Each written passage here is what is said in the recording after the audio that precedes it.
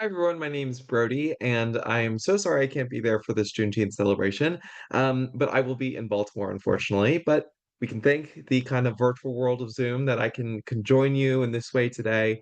And I want to talk to you about the virtual tour that we developed based off of the bus tour and the walking tour that of the Black history in Pittsburgh. So I want to share my screen, and then I'll take you through what you can expect from this tour and some of its features, and then I encourage you to go online and explore these features for yourself, and explore the sites for yourself and start looking up more about Black history in Pittsburgh. It's really fascinating, and I've been so honored to be a part of this whole process. So let me share my screen um, very quickly. Okay. Okay, and let us start this presentation. So the presentation, the tour is called the Black History Bus Tour, The Untold Story, and this was developed by the Community Remembrance Coalition in Chatham. Um, I just made it virtual. They did all the groundwork and been doing amazing work in Chatham, as I'm sure you all are very well aware. But I'm going to talk to you about the virtual tour itself, its history, how I got involved, some of the things that you can expect from it, and hopefully give you kind of some interesting things for this Juneteenth to think about. So, I want to start out with this quote from E.H. Stark, one of the kind of speakers from our tour, who says, "There's a lot of history in Chatham County if you take the time to look at it." And I think this is just such a perfect way of encapsulating. Um, my own understanding of Chatham history. I'm not from North Carolina. I'm from Florida originally. I started kind of getting to know Chatham County in 2022 when I was in charge of an oral history project. And I think this is precisely kind of what I had discovered, and my partner Lydia, who also did that project with me, is that once you really look at it, Chatham is fascinating. And the Black history of Chatham is fascinating, even more fascinating. And there's just so much to it. And so it's venues like these, the bus tour and the walking tour and all the different initiatives of the CRCC, where this stuff can really be highlighted. And I think what's kind of cool is it's not just for newcomers; it's also for people who have been here for decades and whose families have been here for centuries. Sometimes it takes a tour or kind of some sort of prompting to make you realize, wow, this place that I've been in that seems very normal actually is really unique. And so I hope this tour does that for both newcomers and old comers alike. So I want to start this tour out kind of zooming back to when Dorothea Lange visits Chatham County in 1939. So Dorothea Lange is an American photographer who is famous for her work with the government, um, documenting the lives of working people, everyday working people, migrant farmers, things like that. And she's perhaps most well known for her migrant mother photo on the left, which really brought awareness of the plight of migrant workers after the Dust Bowl, who were forced to go into migrant labor in places like California. And her photo really raised awareness in the everyday consciousness of what these people were experiencing. And she does that a lot with her work. But while we might be aware of that photograph she took in 1936, a lot of us, including me, weren't aware that Dorothea Lange actually came and visited Chatham County in 1939 as part of a job on assignment for the Farm Security Administration.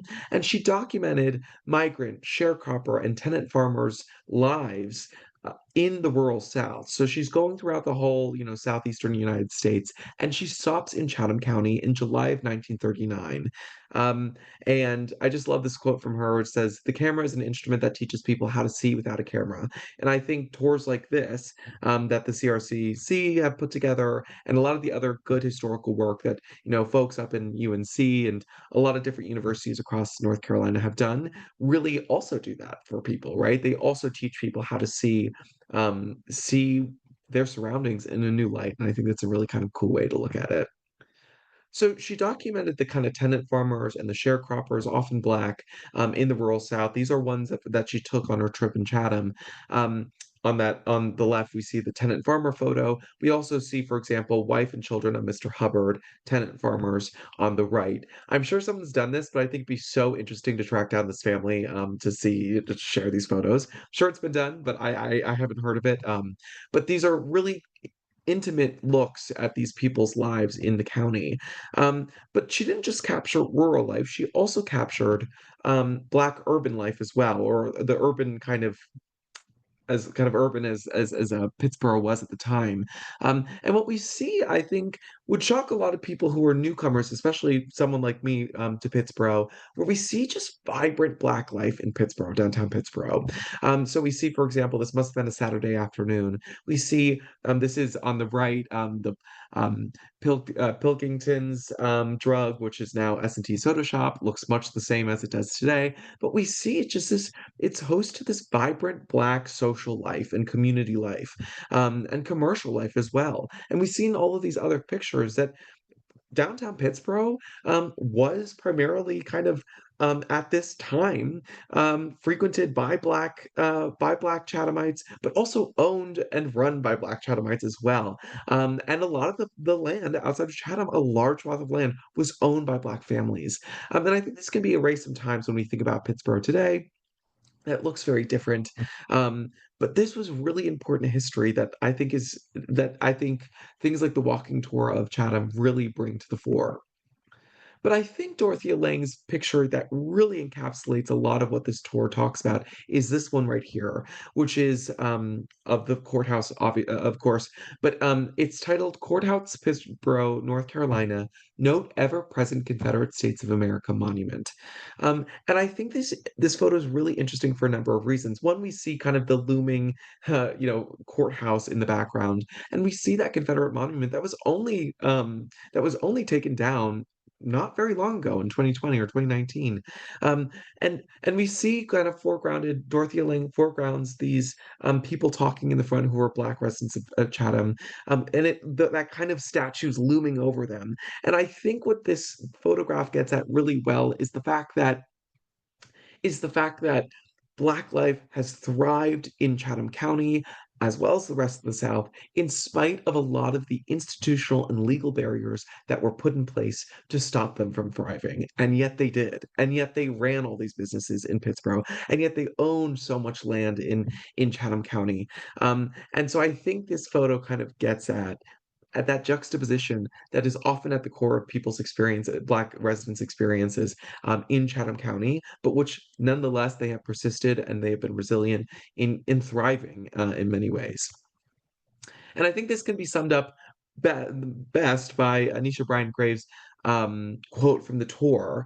And I will let her speak because I think this is, she says it better than I ever could. So let's listen in. I had mentioned earlier, um, I think it's worth mentioning just how much property was accumulated and farmed and used for entrepreneurial um, work under the cloak of Jim Crow. I that can't go without being said. Just how much all of the families that have been mentioned ever since Mr. Knight and Mike Yarborough started talking first thing this morning, you know, you have to put into perspective all of the work that all of these families put into this effort to accumulate this property. I felt like that needed to be said in light of our times now and thinking back 100 years ago about how critical Jim Crow was and how determined we're talking about a group of families being in order to accumulate and live their lives peacefully in Chatham. I just wanted to mention that phrase so that wasn't left out.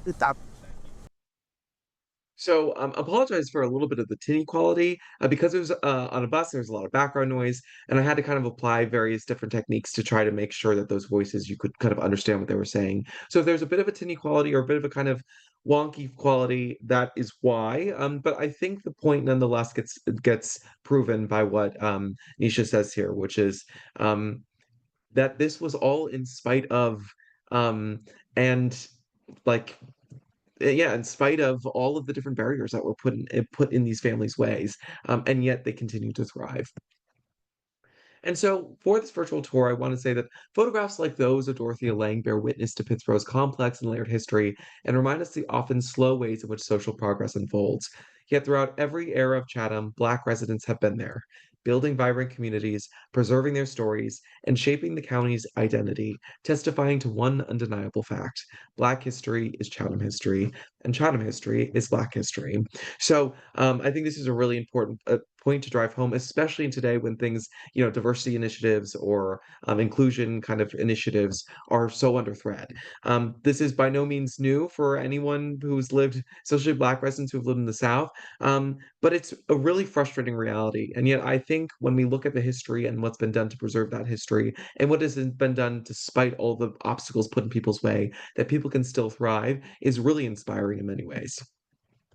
So I want to talk a little bit about how I came to this project. I'm a PhD student in the Communication Rhetoric and Digital Media program at NC State. I've been there since 2020 actually, where I got my master's first. And I inherited this project in 2020, the Voices of Chatham project, which is an oral history trying to capture the history and the culture and the language of Chatham County.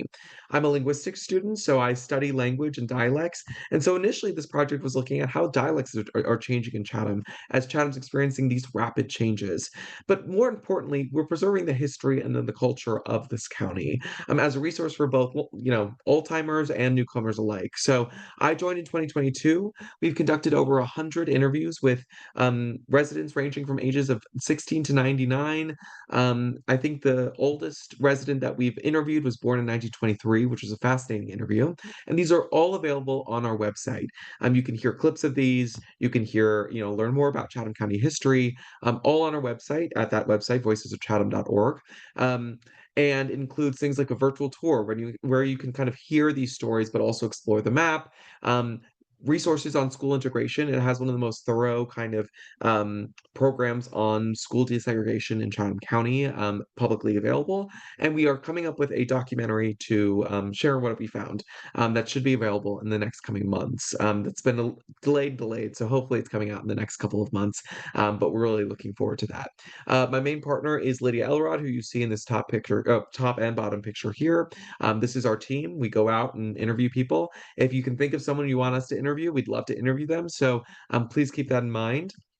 I'll put this right here for a little bit. If you scan your phone, if you take your phone, go to the photo app and kind of click on this, if you have an iPhone or smartphone, this will take you directly to that website. But I also have that URL here, and I will give this presentation to Mary and the people at the CRCC. So don't feel rushed if you can't get it right now, but this is available for you when you want to see it. This is also part of the larger kind of project called the Language and Life Project at NC State. It is a organization that aims to document language diversity in North Carolina. We produced over 15 documentaries that are all freely available on our YouTube channel. Our most recent documentary was Talking Black in America, Social Justice. This is a five-part documentary series documenting Black language and Black performance traditions. It's an amazing series. It's been nominated for Emmys. You really should watch it. Again, all available for free online. And you can kind of see some of the other things we've done. Cherokee, we've done things about sign language. These are all kind of the regions in North Carolina on the left up here that we've been to. And again, I'll put this up here for a little bit so you can scan it if that's something you'd like to. This takes you right to our Language and Life, either our website or the YouTube channel. Either way, you can kind of get to either one through both. But again, a lot of free resources, a lot of really interesting resources here, and our Chatham documentary will be here as well. So I'm pretty much just the person who made this virtual. I did none of the groundwork that made this possible. This is all thanks to the Community Remembrance Coalition of Chatham, who I was able to partner with and kind of help. And this is a picture of them in front of the lynching memorial that was erected in 2022. And this is their mission statement. But the thing I really want to highlight about this mission statement and what I think this virtual tour does is through dialogue with Black and white communities, the CRCC's initial actions will include a full accounting of the history of the county to include its Black citizens, because no history of Chatham County is complete without that history. And this is working to kind of unearth those stories, make those, they say untold stories, but in many ways, these stories have been told. They just haven't been listened to in a lot of ways. And so I hope this project helps to do that and preserve those stories for longer and making them accessible to the public. So this is all based on the walking tour of Pittsburgh that was developed by the CRCC, that then turned into a bus tour that happened in June 15th of 2024, so last year. It consisted of 8 different stops, but there were multiple different places that were talked about along the way. Um, and along that route, I was unfortunately unable to be there. But Stephen Black and Lana Busler, who are both NC State students in the linguistics program, were really instrumental to making the recordings of that day, so that we could have that for in perpetuity, and photographing that day. So we're really thankful for the work that they've done, and please, also give the kudos to them because without them, this couldn't have been possible. We then made a virtual tour based on that bus tour that consists of things like the bios of speakers, the backgrounds of the speakers of this project, photographs of each of the sites that are mentioned and that are stopped to, the full transcript of all of the audio recordings that we have of this tour. We have audio recordings, of course, that are uploaded there, an interactive map where you can kind of click on different locations and see where they're located, what's going on at that different site, and then helpful historical resources that can help you learn more. So hopefully this becomes an educational tool as well for anyone who wants to use it in maybe a classroom setting or in a workshop setting. It makes it accessible and kind of easy to use. And hopefully you learn something from it as well. And I want to start out with this before we kind of get into the virtual tour of this quote by Dr. Stella Horton, who says, "History is in fact a story, and almost all subjects during these times are simply gateways to more extensive study and research. I invite each of you to seek additional sources for the study of the history and culture of people in Pittsburgh." So I do want to mention that, this is a segment of Black history in Pittsburgh, or history of Pittsburgh, but this is only a segment. This is a gateway, as Dr. Stella Horton says. And I hope this is a gateway that inspires you to start looking for your own of the things that are interesting to you of Black history in Chatham County. Because once you start, you can't really stop. At least that's the way I feel, and I think you'll really find it worthwhile. And so please know that this isn't a full encapsulation. Obviously, we can't capture all the stories. These are just a select few. But again, I hope this serves as an inspiration for you to kind of look more deeply into this. So the virtual tour is available here. Again, sorry for all the QR codes, but if you scan them, you can kind of have them as tabs on your phone and look back at them later. I'm not expecting you to necessarily follow along, but you can scan this. I'm going to leave it for a second. This is the URL, and this is where you can access the virtual tour. Okay, great. So what do you expect for the virtual tour? I'm not going to go through the whole thing. That's something I would love for you to do, so that you can kind of explore it at your own pace, explore what's interesting to you. But I do want to give you a sense of what's there, and what you might expect on this virtual tour. So again, this tour is called the Black History Bus Tour, the Untold Story, and it includes all of those things that were on the bus tour, and a little bit more context as well, for anyone who wants to explore more. These are a little bit of the speakers that you'll hear on this in this and I'll move my screen. I don't know if this is showing, but I just don't want to block Mike Wiley's face the whole time. But these are some of the speakers who were on the tour, and who kind of gave their testimony. So we had a lot of people who came, and so we have people who have been here and whose families have been here for centuries. A lot of them. We have newcomers who have just become really ingrained in the community and want to learn more and want to preserve this history, religious leaders and lay people alike. So we had a really big diversity of people here, and listening to all of these people's stories is really worthwhile. And these are the people you hear on this virtual tour. These are the stops. So there was 8 altogether. Each of the circles with a number represents stops on the actual tour. And so there were 8 stops altogether. And all of those red little dots, the little red kind of arrow kind of looking things, those are places that are mentioned in the tour, but that we didn't necessarily stop at during that bus tour. So we cover a lot of ground in this virtual tour.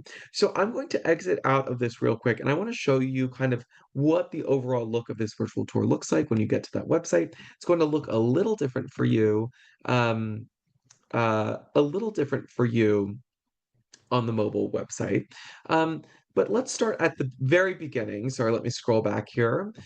We start back at the beginning here, and what we can see is we have this, this place where you can navigate to the different parts of the tour. So here we get a little bit more of the untold story and kind of the background for what this tour represents, and different interactional features that you can kind of look at the history of Chatham and learn more about it. And then again, you see that map that I had on this here, but I want to show you that you can kind of click on each of these different things to see what it is. You can zoom in, you can zoom out, and it shows you like pictures and gives you a little kind of taste of what these sites are and what they're about. When we go to you'll hear this on this tour, who you'll hear on this tour, you'll see pictures and bios of all the different people who talk on this tour. Um, the virtual tour is kind of the meat of this whole experience. And what's kind of cool about the whole tour is as you scroll, you get to experience and see where on the map these places are located. You get to see pictures of the places that they're talking about, and you get to hear um, audios of the different speakers and what they're saying about each of these tours. I do also want to let you know, and there's different pictures too for each place. For example, um, we see, for example, there's multiple different photos for each location. And I wanted to show you too that in this intro for the virtual tour, you can click here for the full transcript, audio transcript of this tour. If you can't make out something, or it's all available there. We also have resources for the CRC-C and then other helpful resources that might be helpful for learning more about this history. So I'm going to go back to my presentation. Oops, back to this presentation. Okay, so we had those 8 stops and multiple different locations mentioned along the way. I wanted to give you a brief overview of the types of locations that were visited on this tour and which we'll find in the virtual tour. So for example, there's a really big emphasis on the churches and these really important faith communities that have shaped Pittsburgh, Black Pittsburgh, um, for decades. And so we have First Baptist Missionary Church, for example, Stanton Memorial and CME, St. Andrews, St. Andrews, Mount Sinai, AME. These are really kind of pillars of the Pittsburgh Black religious community. We also have places like St. James, Episcopal missionary kind of uh, like little outlet that were really important to Chatham County, but which have since been destroyed on account of racism and a lot of other kind of institutional barriers. And you see a picture of St. James there, which is located where Pittsburgh United Methodist Cemetery is located at this point. So again, what's kind of cool about this virtual tours and the bus tour that the CRC-C put together, it's both places that are still standing, and then remembering those places that no longer necessarily have markers, but putting them back on the map. And that's what also happens in this virtual tour. You get to see exactly on the map where these things were, where there's very little evidence that these things existed, as in the case of St. James, except for the memories that the people share. These are also, I should mention too, why I kind of mentioned racism, obviously for many reasons, but for St. James is as it kind of fell into disrepair from neglect from the kind of larger institutions, church institutions, they used it for like fire practice. So they like burnt it down and all these things. It's very sad, but you can hear those stories in that virtual tour.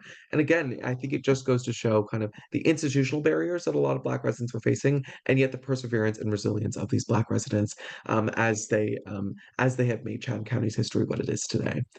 Quite literally built the history of Chatham. Um, there's also important historical landmarks and family properties that are mentioned. So, for example, we have the fairgrounds, which used to be the site of the Black Fairgrounds of Chatham County, the Pittsburgh Community Center, where a lot of Black residents were buried. It's the cemetery for many of the churches in the area. We have very kind of long lasting family properties, the Reeves family property, the Bryant family property, the Knight family property, which part of it has been converted into the kind of new property and going into the Chatham County, and the Knight Farm Community Park Center. But you can hear stories of all of these different locations. And again, the long-standing Black presence in land ownership and business ownership in the county. Lewis Friedman House is absolutely fascinating. I did not know this history before, but it's well worth the look. And Lewis Friedman was just this again a Freeman who owned a ton of property and has just a very fascinating life story. And you can hear all that and more in that virtual tour. We also have highlights from the CRC-C initiatives and memorials. So, for example, we have the Truth, Justice, and Reconciliation Memorial, and people talking about that mural, what was involved in building it. That's in Horton School, George Moses Horton Middle School, and the Freedom Path. That's also there, where children from across the county made different artworks inspired by On Summer, which is a poem by George Moses Horton, who was the first enslaved person to publish a book of poetry. His story is absolutely fascinating. He lived in Chatham County, was from Chatham County. So again, Chatham County is just this wealth of historical stuff that people might not necessarily know. Um, and then, of course, the lynching memorial that was erected in 2022 by the CRCC. And so all of these are discussed in that virtual tour, and I encourage you to look into all of those. But I want to, I've been talking a lot, and thank you for being patient with me. But I want to do, I think, which is the most important part, is listening to the stories. And these are all audios that you can hear on the virtual tour. But I'm going to play a few of their some of the things that they say on the virtual tour that I think are really interesting. Here, Mary Nettles is talking about the lynching memorial, and kind of the importance of where this memorial was placed.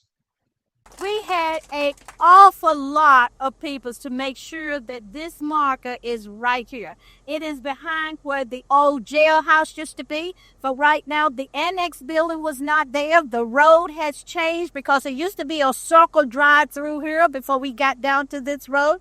So it's placed at the perfect place where everything that really took place started from the old jailhouse.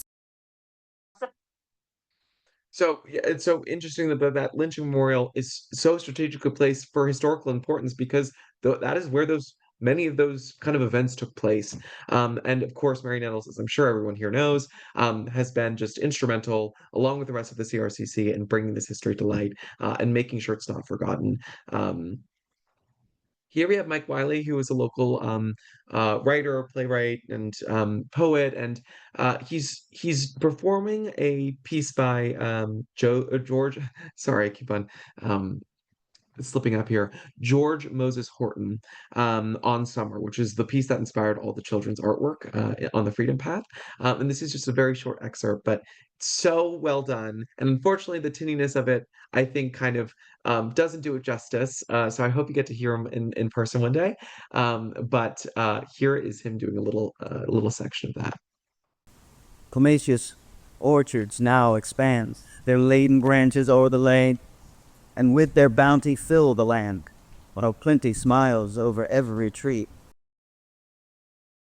So you can hear that full poem being recited by Mike Wiley on the virtual tour, and it's well worth like the listen. Again, be mindful of the different kind of tinniness, or maybe there's a little bit of confusion with certain words, but the artistry and kind of the rhythm of his voice, I think, speaks through even all of those kind of technical difficulties. So very well worth the listen.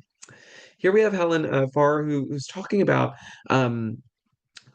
about kind of different locales in and her family connection to this place. My Uncle Richard had a billy goat during that time, and the goat would come out and stand in the road and stop traffic. I had to come get it, to get it moved. Talked a lot about the Fire Tower Road and the surrounding areas.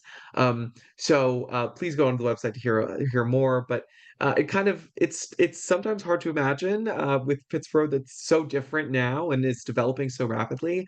The kind of what it looked like back in the day, and the kind of thriving Black communities that were there, and all the family memories that are so embedded in the land. And then finally, I have this from E.H. Stark, who talks about Browntown, and why it's called that. The houses that you see here belong to all this property here belong to the Brown family. People home we were talking about is about where this second house is here. It was a two-story house that she was talking about.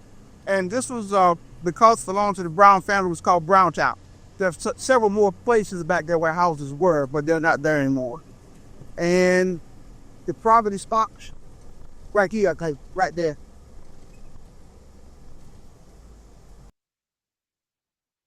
So again, these are things because there are no physical markers, or a lot of times very few physical markers. The stories are so important. The oral histories are so important, and initiatives that the CRCC are doing with like the walking tour and the bus tour are so important because they're a way of recreating this history so that you can see it, so that it doesn't disappear. And we hope that you spend some time in listening to those audio recordings because they do much better justice to this history than I do.